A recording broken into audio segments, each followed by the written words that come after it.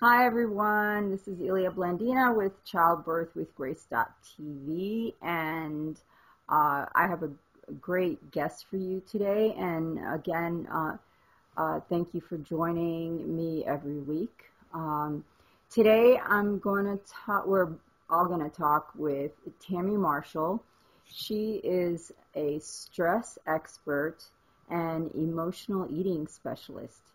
She brings 20 plus years experience working in the field of addiction, blending a host of practices for change. She is an EFT and matrix reimprinting practitioner, relapse prevention specialist, and biblical counselor. She utilizes her training to create permanent change in her clients. If you are willing to change, she provides the tools and techniques to make it possible. Welcome, Tammy. It's so great to have you. It's so good to be here. And just a quick housekeeping. This is pre-recorded, but I certainly will be checking in, and so will Tammy on the Q&A part of the section down below. So if you have any questions, feel free to either post it in the event flyer that goes out through Facebook, or down below in the theater, and we'll check back and answer them via Facebook, or you can even comment on my Facebook page, Ilia Blandina. So tell us, Tammy, yeah, I'm really excited. Thanks, by the way. Thank you. Hanging out with us today. So what led us to this type of work? What led you? You but, let me, yeah. You have a story. Yeah. What led you to the type of work that you're doing? Well, and so, I kind of have one of those stories that a lot of people had in the 80s. I was out partying a little bit too much and found myself in treatment for alcohol and drug, and absolutely fell in love with it. And I started studying and just became fascinated with why do people do what they do. And what was really interesting to me is, why do people go back? Why do people relapse? If you have all these tools and all this information, where's the disconnect in the brain? And so we'll fast forward to 2007. I Googled self-help stress reduction, because the leading cause of relapse, and that doesn't matter, what your fetish is and to what degree, is stress. And so I found this thing called EFT. I landed on Gary Craig's site, and I thought, well, that's kind of interesting. And so I just started studying it and playing with it, and thought, well, that's kind of cool. But, I found lots of things over the years. And a few weeks later, I was teaching a Celebrate Recovery class, and this woman went into a full-blown panic attack. And I have lots of tools in my toolbox, and I thought, And so I thought, I'll try that EFT thing and just see if that works. And I walked up to her, and I tapped 2 rounds, and she was good. And she was shocked, and I was shocked, and I was like, holy buckets, this is real. And so that just sent me into studying and trying to understand it more, and really, understanding that the things that we create in life really are there because they perceive that they're keeping us safe.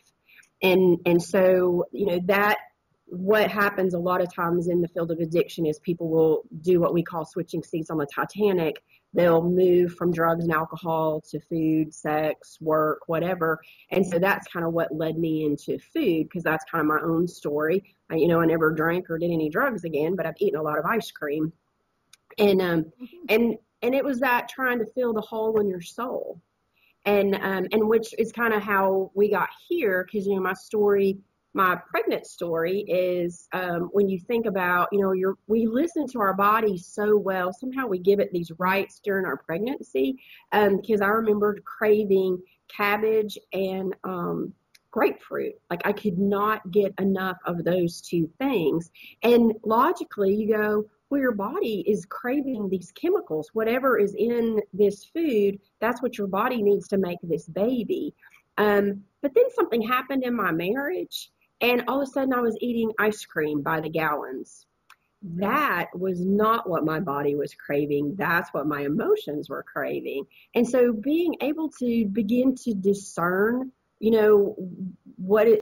able to come back into your body and have some kind of discernment about what's going on, and then being able to use tools to kind of divide that out, is kind of how we got here.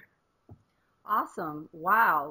What a great path. And what intrigues me too is that you also specialize in prevention, and also part to bring in the spiritual aspect of it into it as well.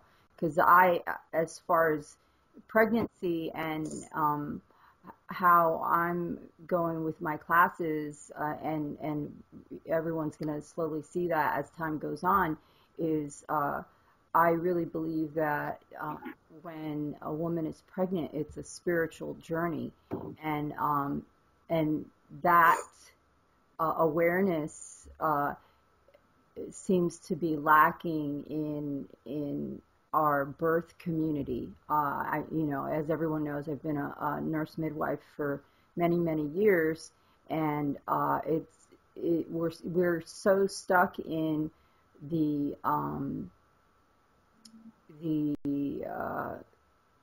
preventing physical harm that and that's not, I'm not saying that's bad.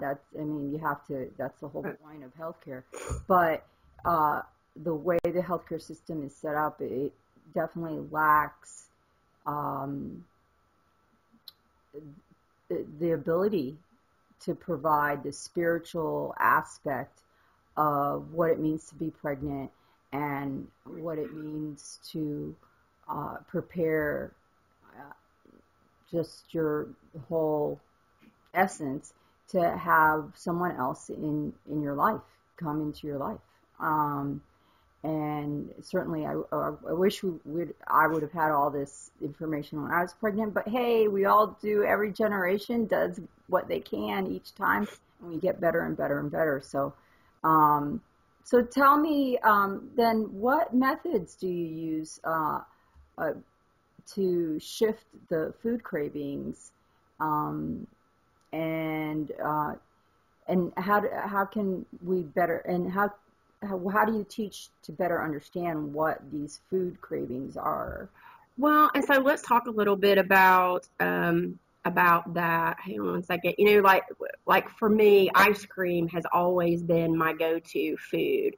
And so even starting to understand, like, that had a history. Like, in the work that I do, like, I went and asked God, I'm like, what is the story behind this? And he actually took me to a picture when I was a latchkey kid, of eating chocolate ice cream with tang. Is that not disgusting? Okay.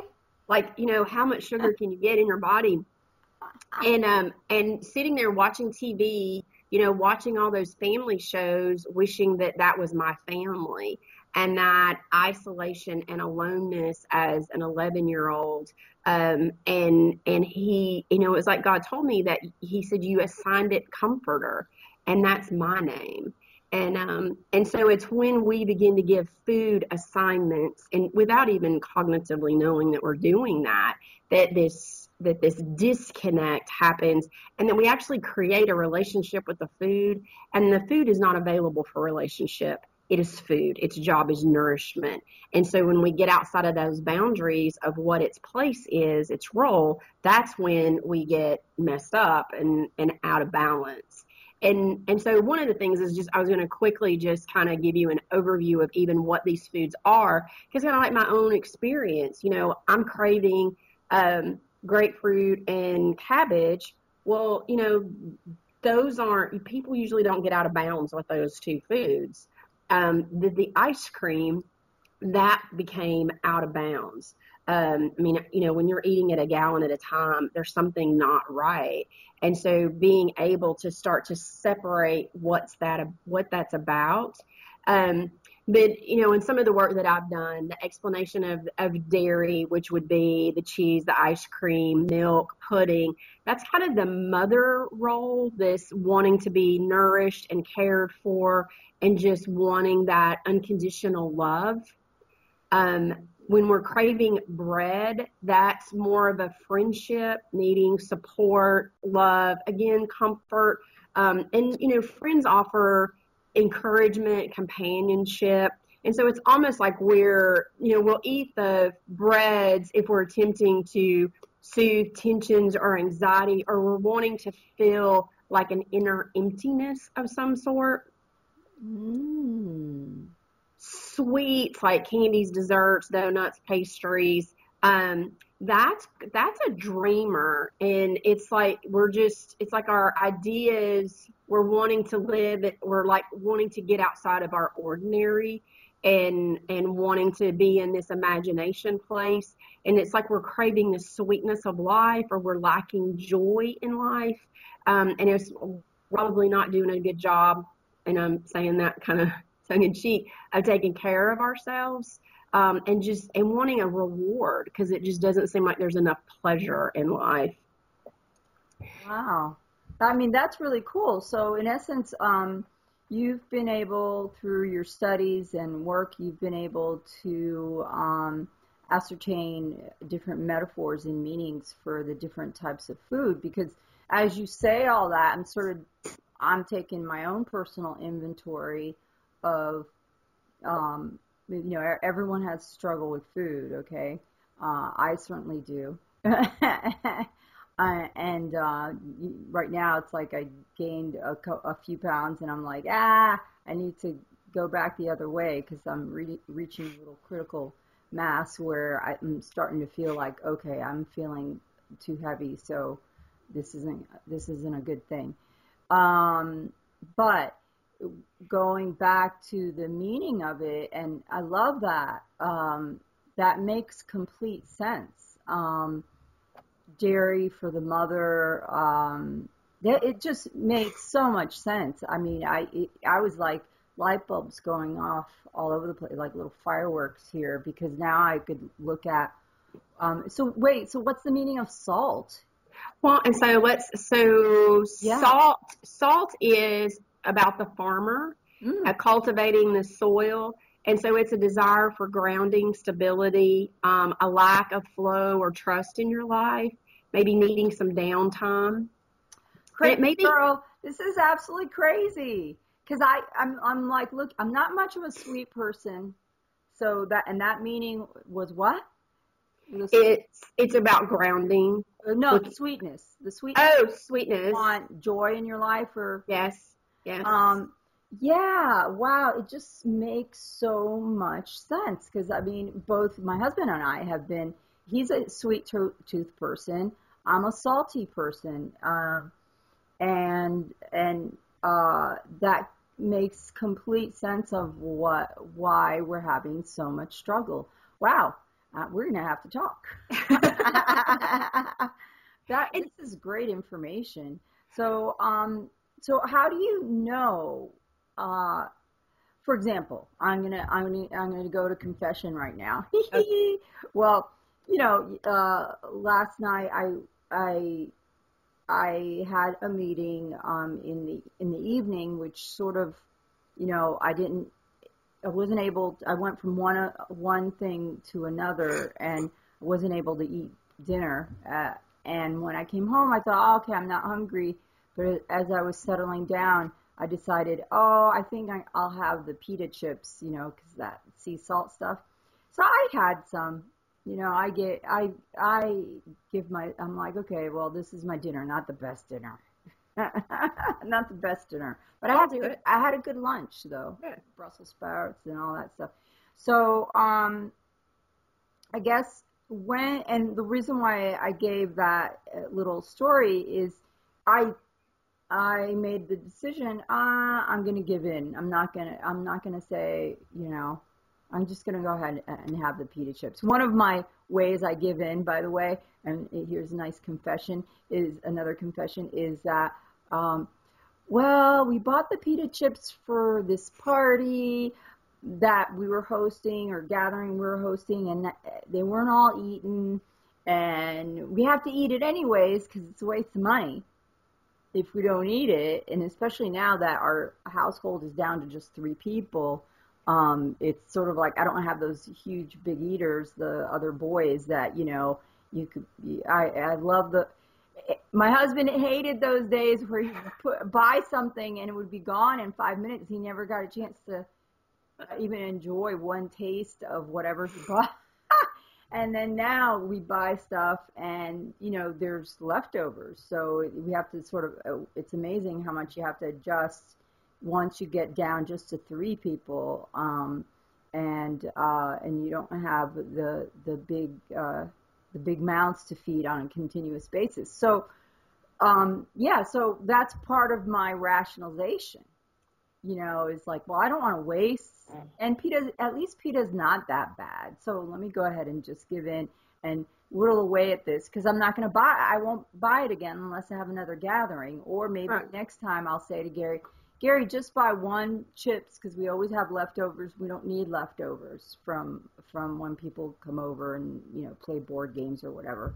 So tell us, how would you, and I'm looking for problem patterns, like, where the folks that I'm looking at working with, usually it's when you've got a problem pattern. Like, I think about my own, pregnancy story. I'm eating ice cream every day.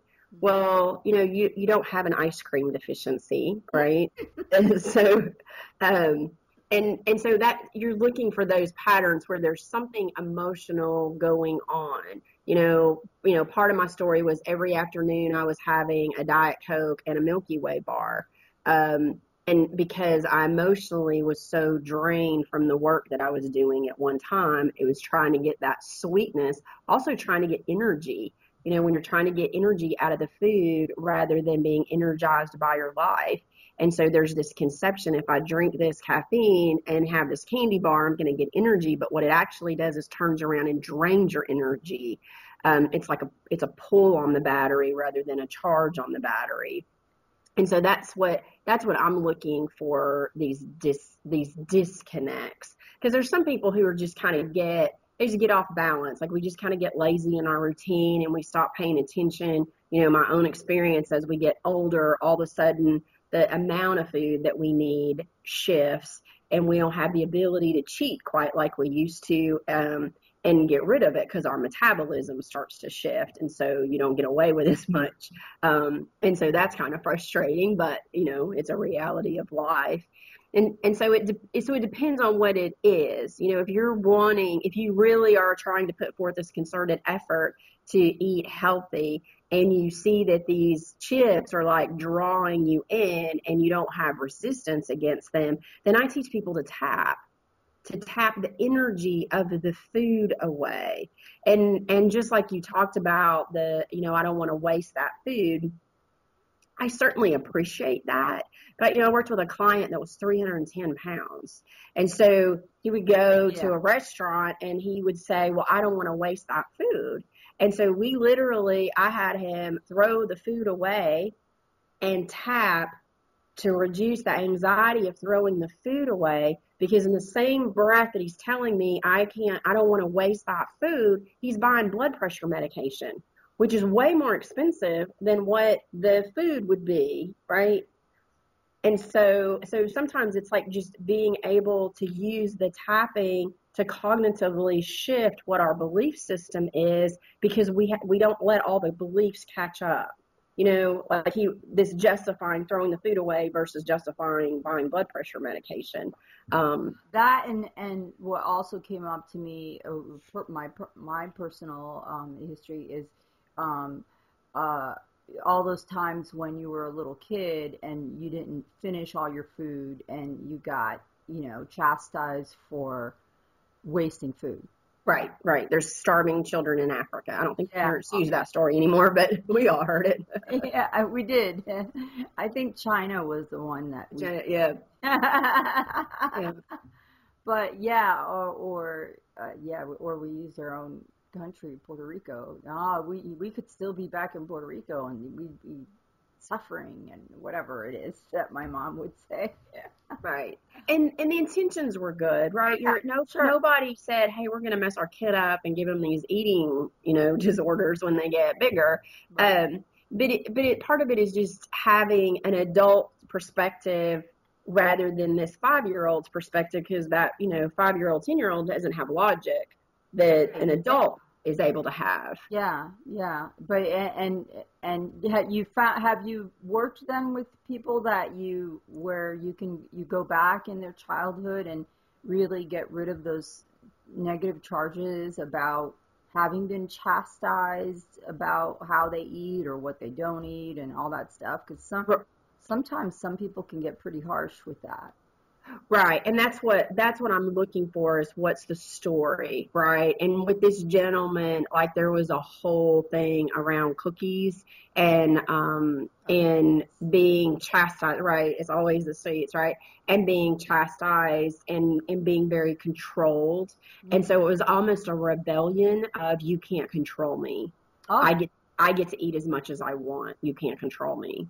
oh, And so, and it's like the fight's over. So letting the child that lives within us get the message that the fight's over. We now have, there's food on every corner. I can have it whenever I want to. I get to pick and choose. No one's doing that for me anymore.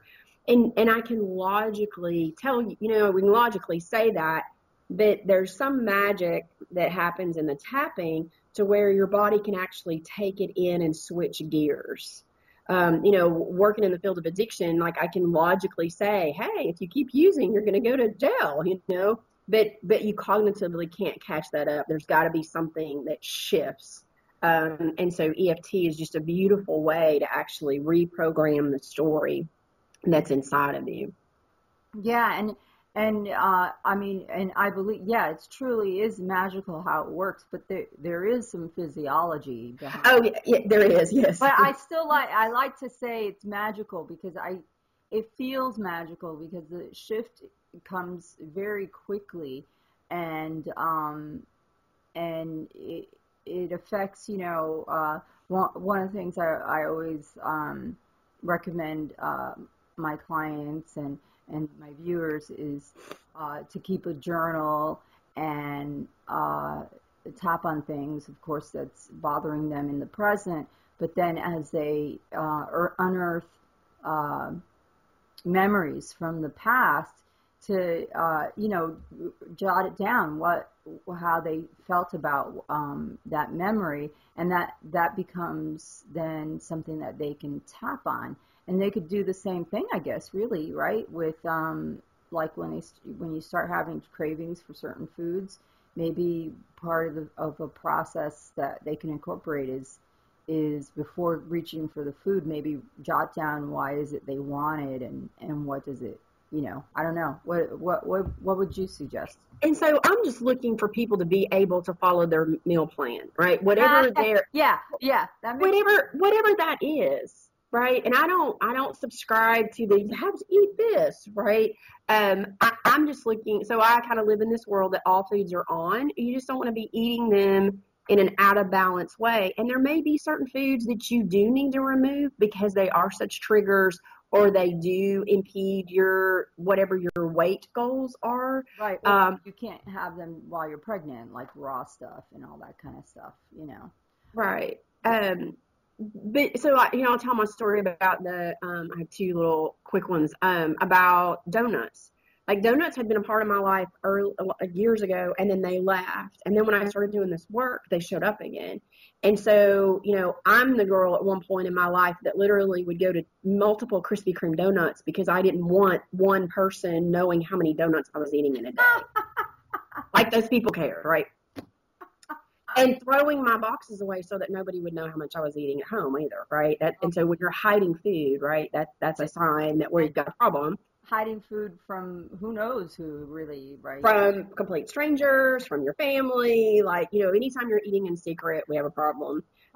Yeah. And so when I started doing this work, the craving came back. And so all I would do is I would tap on the way to get the donuts. I didn't say you can't have it. I just would tap to decrease my anxiety and the story about it. And so when I would get there, then, instead of getting a dozen, I would get 3. And then it would get farther and farther apart, and to where now, like, the thought of it is like, ugh. And so that's what and so there's no shame in that. I take this position of, I'm just going to stand here and love you, and we're just going to take all the parts out of it so that it no longer has power.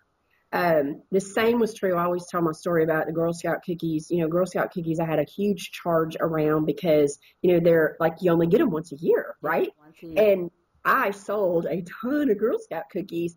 And so there was an excitement about getting to go and do because I'm really competitive. Uh-huh. And so I had all this excitement around the competition of it, and then getting to go to camp and all that stuff. So I had a story that I didn't even know until I started to break it down.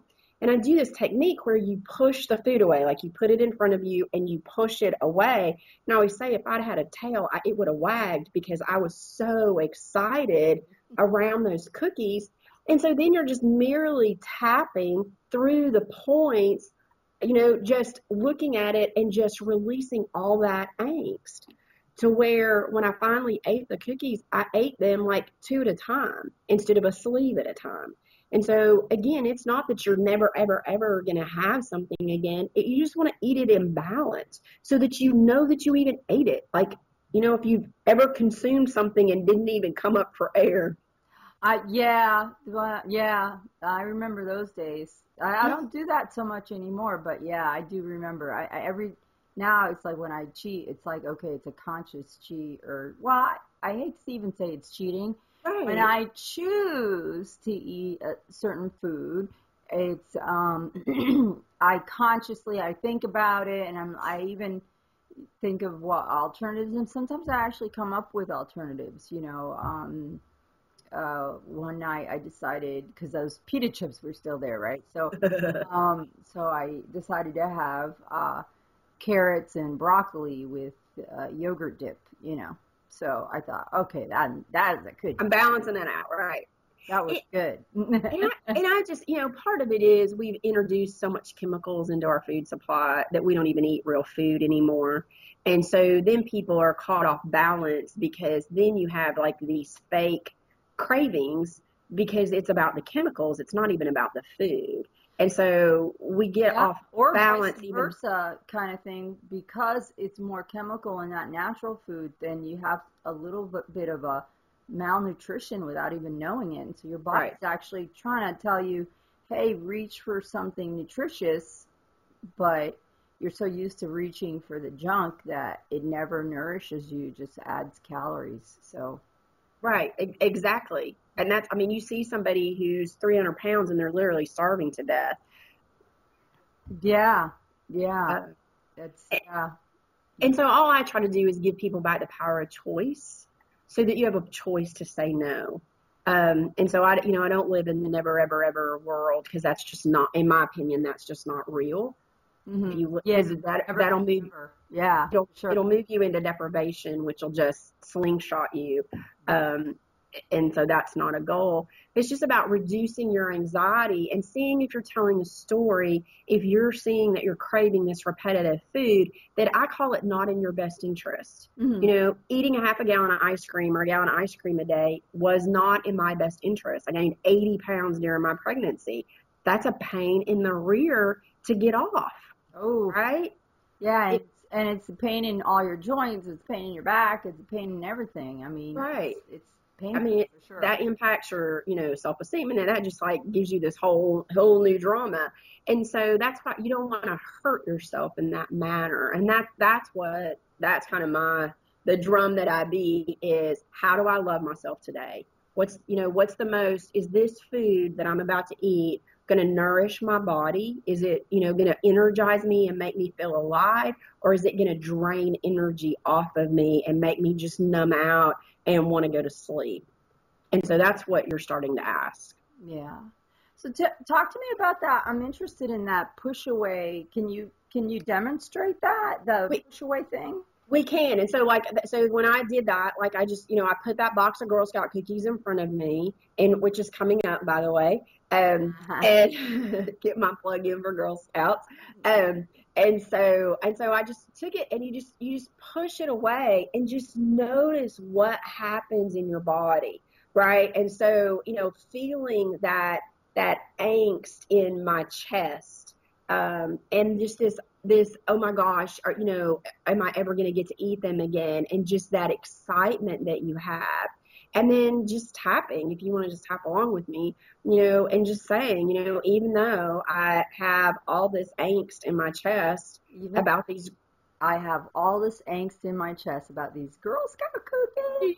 I deeply and completely I deeply and completely accept myself, accept myself, even though even though I just feel all this excitement in my chest and my stomach about these Girl Scout cookies. I just feel all this excitement in my chest and my stomach about these Girl Scouts cookies. For me, it's my saliva glands.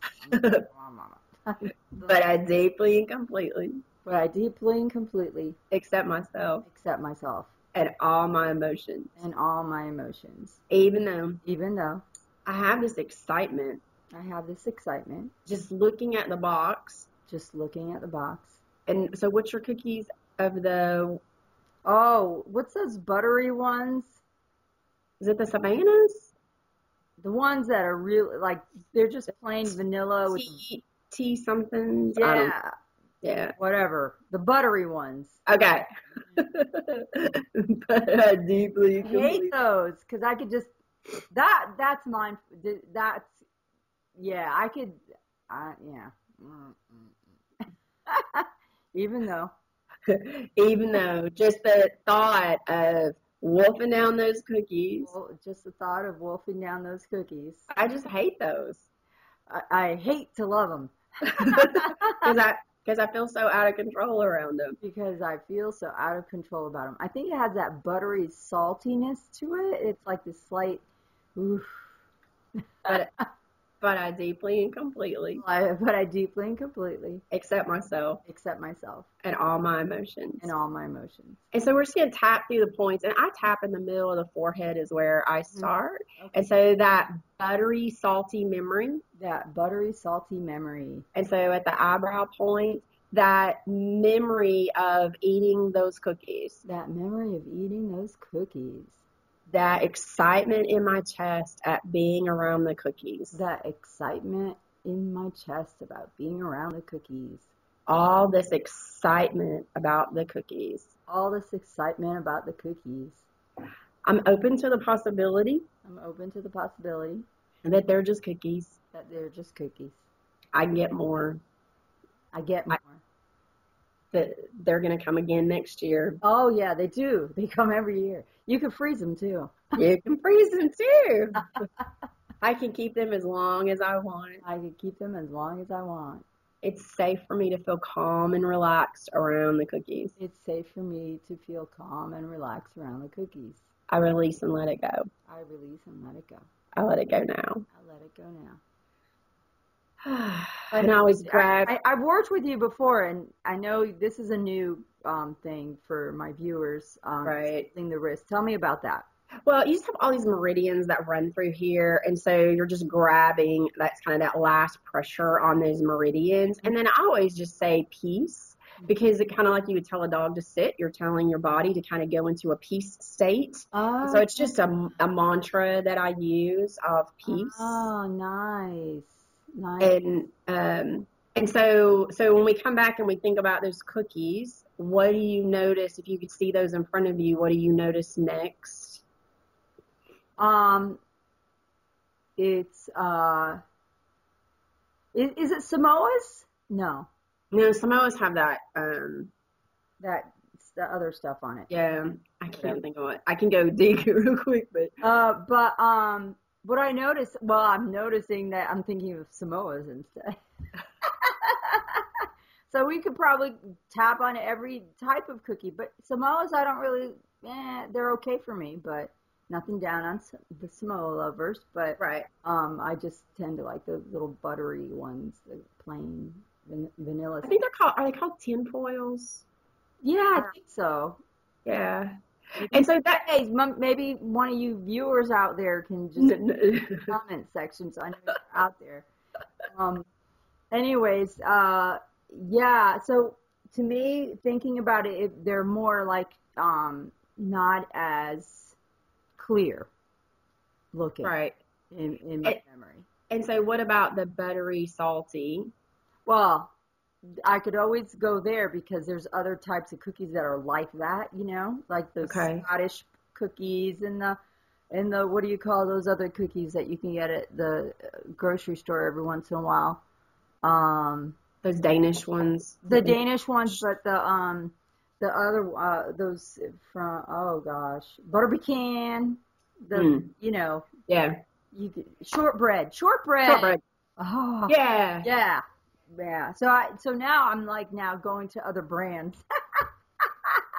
So It, the actual Girl Scout cookies itself in that box, it's more like, oh, okay, yeah, I can push them away.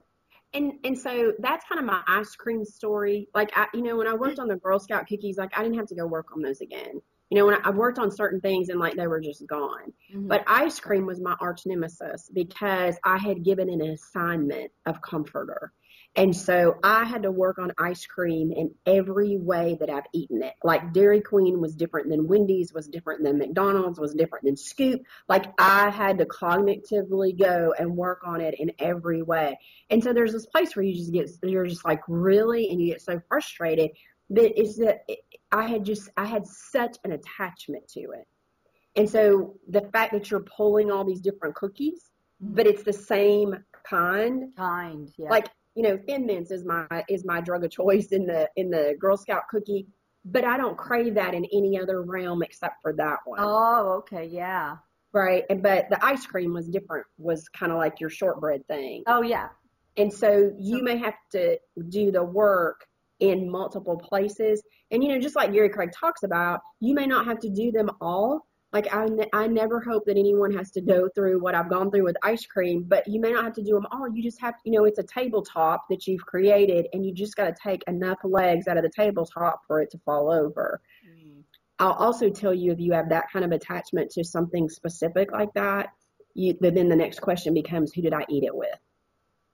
right. Or who did I eat it with? Yeah. Or what circumstances did I always eat it with? Or Right. Because there's a person attached to it, yeah, usually, interesting. or a lack thereof. And so usually there's a love exchange that's gone on. Oh, yeah. I think it's more of a lack thereof for me, I think. Right. Yeah. And so Yeah. pulling the love out of the food and releasing the food, because their love is not in the food. Love is in the people. Oh, It's and not in the, right. yeah. And so being able to separate those things, and it's really, I mean, it's just really, it's like when I ask these questions, like I know it's always there. I worked with this girl who had had bariatric surgery, but she still had to have peanut butter every day, and she's like weighing and measuring it out, but she was eating these pretzels. It's like a pretzel that has peanut butter in it, and Ooh. so she was getting this every day, right? And I'm like, so what's the story? Who did you eat that with? Oh, nobody. And I went, really? Can you think about, when you were little, when do you remember eating peanut butter? And she goes, oh, I remember. I eat peanut butter every day, with every night for a snack in front of the TV with my parents. We would eat peanut butter on crackers. I was like, of course you did.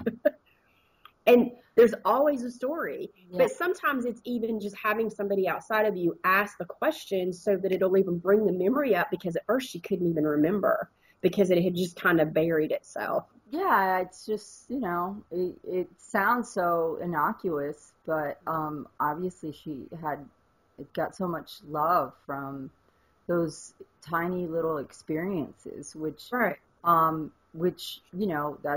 that's the whole point is that it's neat that we can do that, but sometimes we get too attached to that and forget how to create love in the present moment, and so we Right. keep reaching towards our past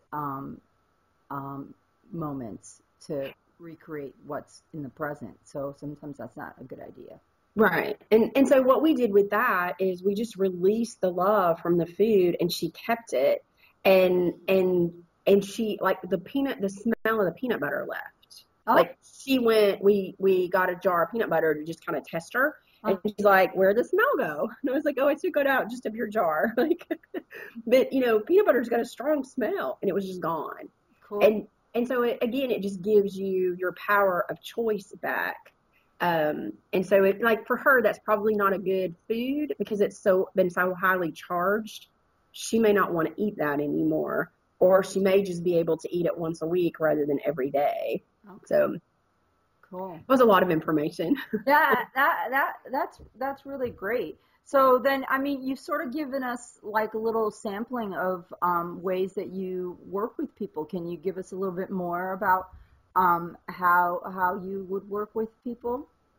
I do a multitude of things. So I work with clients one on one because sometimes people just want that kind of work. I also have a group and it's an ongoing because a lot of my trainings are online and it's really your personal experience with the food.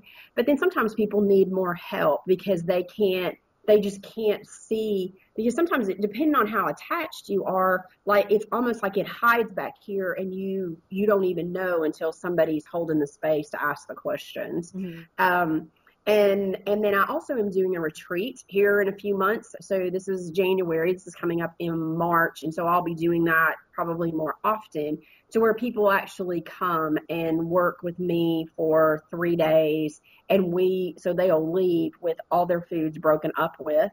But that'll also be equipped to detach from anything moving forward. Because for me, it's not about just what happens in a session. It's about you having the power to do this on your own when you're apart from me. That's where the power comes. Very good. Very good point. Yes. Right. And so we'll be doing that. And then we're going to do what I call dancing in the kitchen.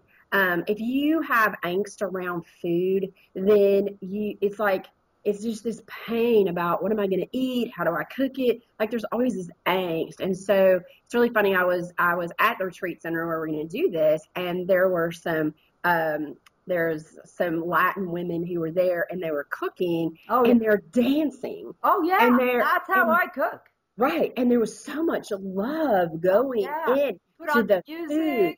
Yes. And there was this love going into the food and they're dancing around. Yes. And I was like, oh my gosh, this is not my food experience. My food experience is harsh and rough and judgment and painful. And so we're going to dance in the kitchen. And we're going to, be with the food and, how do I prepare this? How do I prepare ahead? How do I take care of myself in a way that makes it easy? And so that's what we'll be doing on this retreat. So it'll be a lot of fun. Oh, that's really great. So when is that coming up? It's coming up March. Your area? It's like March the 17th, I think.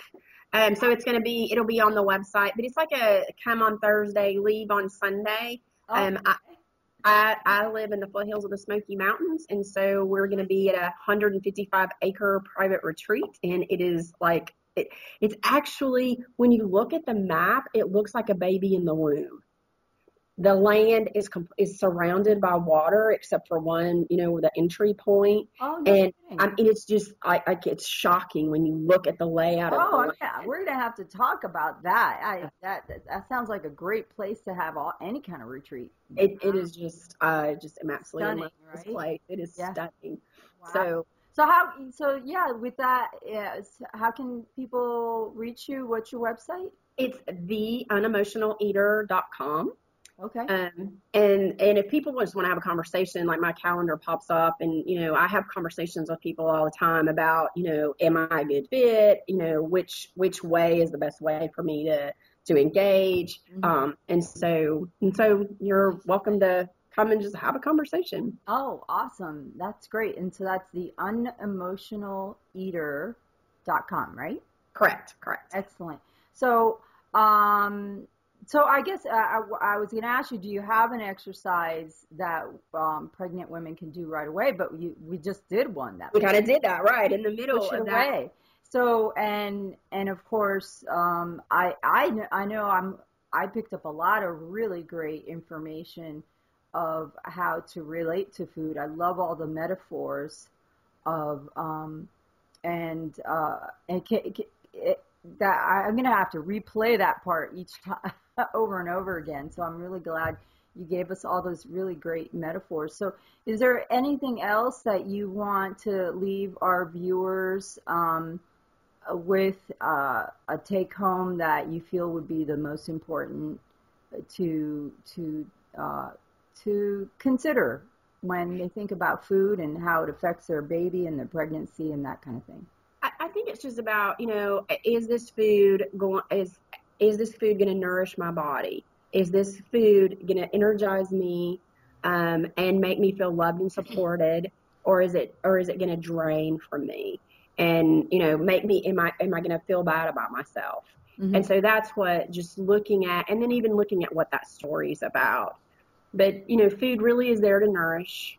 We don't live in a place of deprivation here in the United States, and for the most part, and so how can you? It's just another way of how can you love yourself. So Yeah, and of course, and how you can remembering, of course, when you're pregnant, that what you're feeding, you're also feeding your baby. right. I think that's a good point for us to bring home. So wow, what a great time, Tammy! I'm so glad you were able to join us today. Yes, and I'm always glad to see your face.